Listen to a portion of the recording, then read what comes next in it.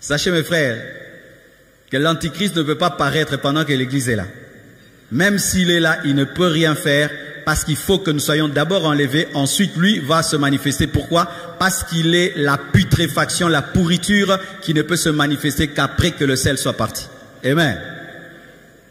Alors, la Bible dit elle-même, je vais vous donner le verset, que c'est un chiffre d'homme. Chiffre d'homme, c'est 6. Pourquoi 6? Parce que l'homme a été créé le 6e jour. 6, 6, 6. 6, 6, 6, chiffre de l'homme. Pourquoi on ne dit pas chiffre du diable?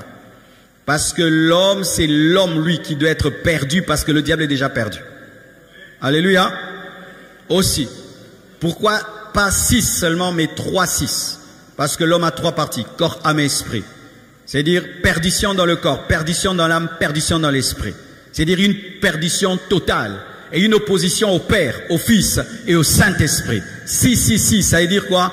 Le niveau de perversion le plus élevé que l'homme n'a jamais atteint. C'est ça 666. 666, c'est le paroxysme du mal. Le paroxysme de l'adoration à Satan, le paroxysme de l'apostasie, le paroxysme de la rébellion à Dieu où l'homme devient comme un démon. Vous devez savoir que les païens ne sont pas comme les démons. Parce que les païens peuvent se repentir. Mais ceux qui auront la marque de la bête ne pourront pas se repentir parce qu'ils auront des cœurs des démons. Vous savez ça? Une fois qu'un homme a la marque de la bête, il devient un apostat, il devient comme un démon. Les démons ne demandent jamais pardon à Dieu. Ils ne se repentent jamais. Et les hommes qui attraperont la marque de la bête auront l'incapacité de se repentir parce qu'ils vont devenir des apostats. C'est pourquoi lorsque vous lisez la Bible et que la Bible dit que ceux qui auront la marque de la bête seront frappés par des ulcères, mais au lieu de se repentir, ils vont maudire Dieu, ils seront comme des démons. La marque de la bête transforme le cœur de l'homme comme un cœur de démon. C'est ça, la marque de la bête. Alors, ce qui fait que aujourd'hui, quand vous voyez quelqu'un, il se tatoue 666, il porte des habits 666, c'est pas la vraie marque de la bête. Parce que quelqu'un peut se tatouer, puis il enlève, et puis Dieu lui pardonne. Quelqu'un peut porter un habit 666, il demande pardon, Dieu lui pardonne. Mais quand tu as la vraie marque de la bête, tu es impardonnable. Alors les marques là qu'on parle là, oh ils ouvrent des portes avec ces derniers temps et tout, ce n'est pas encore ça la vraie marque. Parce que tu peux mettre un implant qui ouvre les portes et puis demain tu dis on enlève. Dieu n'a pas de problème avec ça. Parce que j'entends des gens qui ont même dit que le vaccin contre le corona c'était la marque de la bête. Aujourd'hui maintenant, corona est silly. Monique est beauté qui m'a bien. Hein, c'est pourquoi le show de l'Apocalypse, hein, il faut être prudent. Amen. Hein? Il y a des gens qui avaient dit, ah, le vaccin, marque de la bête, c'est qu'ils prendront. Moi, j'ai pas été vacciné. J'ai pas été vacciné. Alors, j'ai attendu qu'en Europe, on ne demande plus le vaccin pour voyager. J'ai fait 2 ans, je ne voyageais pas. Alors, quand les gens ont vu que j'ai commencé à voyager, ils ont dit, pensez-le, tu es perdu, tu as pris la marque de la bête. Vraiment, vraiment. Alors, vous devez savoir que la marque de la bête, pour l'instant, elle n'est pas là. Elle est en préparation. Si quelqu'un te dit aujourd'hui, oh j'ai la marque de la bête, ce n'est pas la vraie marque de la bête, parce que si quelqu'un prend la marque de la bête maintenant, entre guillemets, il peut se repentir, Dieu lui pardonne. Mais dans la tribulation, ce n'est pas possible. Et donc pour l'instant, la marque de la bête n'est pas là. Amen. Et la marque de la bête, ce n'est pas seulement un signe que quelqu'un écrit, c'est une adoration à Satan. En plus, c'est une clé. C'est un passeport qui permet de vendre, d'acheter, de voyager. C'est une clé spirituelle, une clé économique, une clé politique, commerciale. Et pour l'instant, il n'y a rien sur la terre qui a ce niveau-là. Amen. Hein? La marque de la bête se prépare, mais elle n'est pas encore en application. Amen. Prenons les versets. Apocalypse 13, versets 20 à 18. La Bible dit, si quelqu'un mène en captivité, Apocalypse 13, 10, si quelqu'un mène en captivité, il ira en captivité.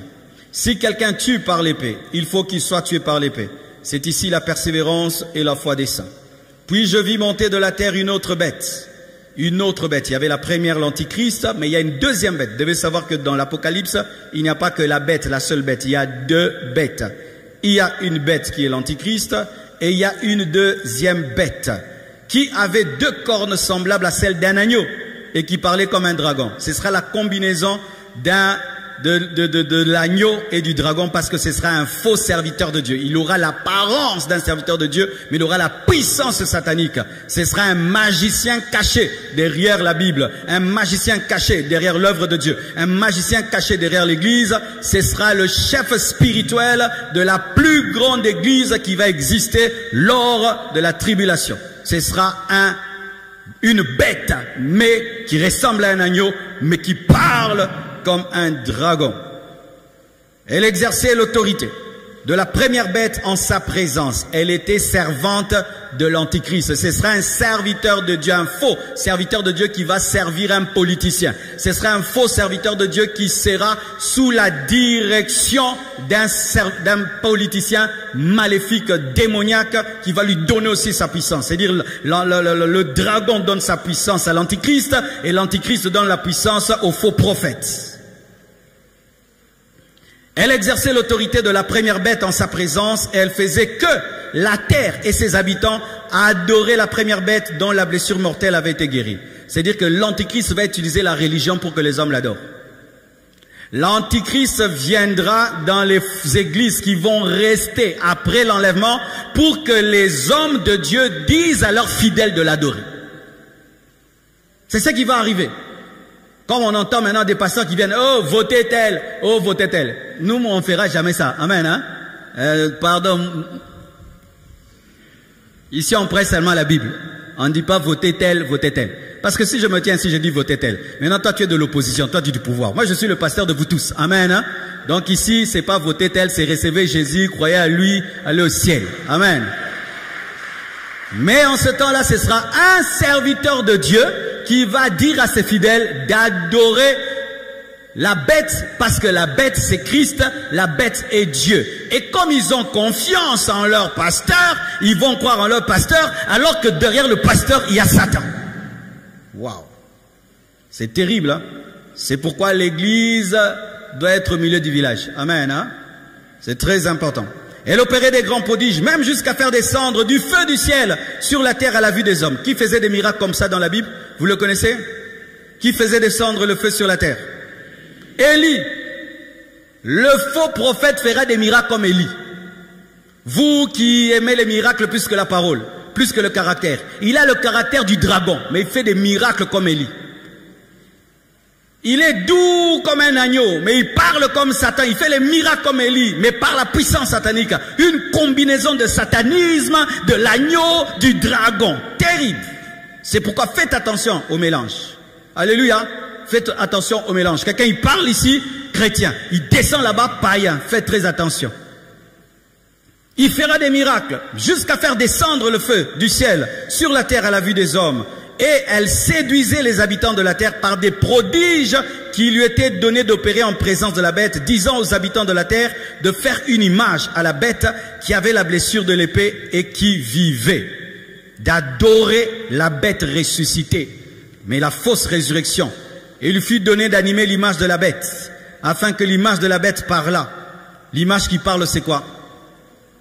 C'est la télévision. Jean a vu la télévision. Il lui fut donné d'animer l'image de la bête, afin que l'image de la bête parlât. C'est l'intelligence artificielle.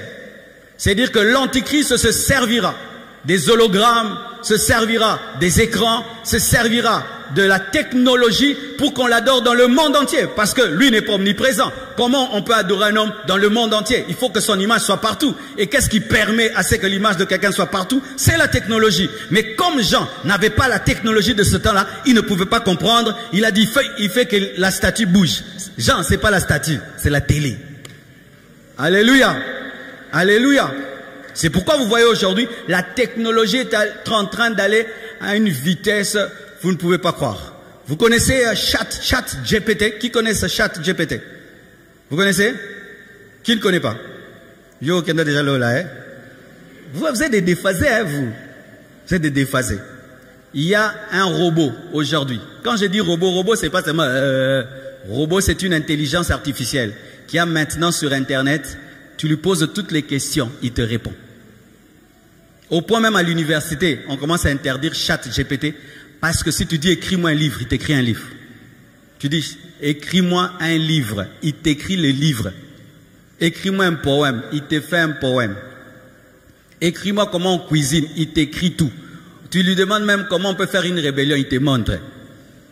Je te dis, et à l'instant, je te dis, une intelligence, c'est effrayant, c'est vraiment effrayant. Chat GPT. Tapez ça sur YouTube et faites des recherches dessus. Je vous dis, c'est une des dernières technologies qui vient de sortir, qui fait trembler la Silicon Valley. C'est terrible. Tu sens que ça, ce n'est plus normal. Il a l'intelligence comme toi. Toute question tu poses, à l'instant, il te répond. Il peut même tricher pour toi à l'examen. Oui, oui, c'est interdit dans les... Oui, il peut tricher pour toi à l'examen. Alors avec une précision, tu ne peux pas croire. L'intelligence est en train d'augmenter, mes frères. Nous sommes arrivés à un temps où si tu refuses de croire que Jésus revient bientôt, c'est volontaire. Amen. Hein? Et la Bible dit ceci.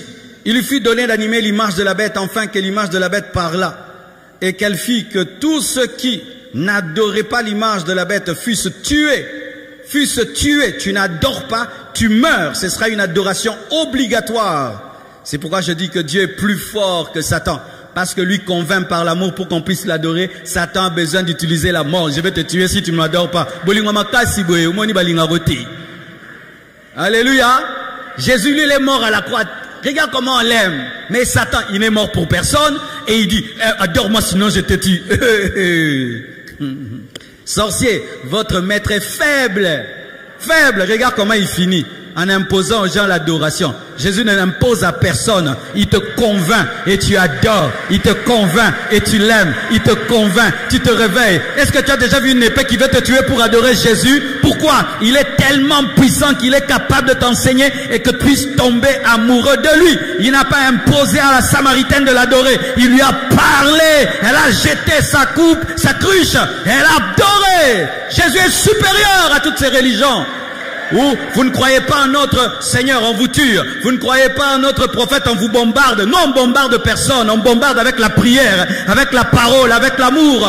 Lorsque tu veux faire la différence entre deux religions, entre guillemets, regardez ceux qui n'utilisent pas la force.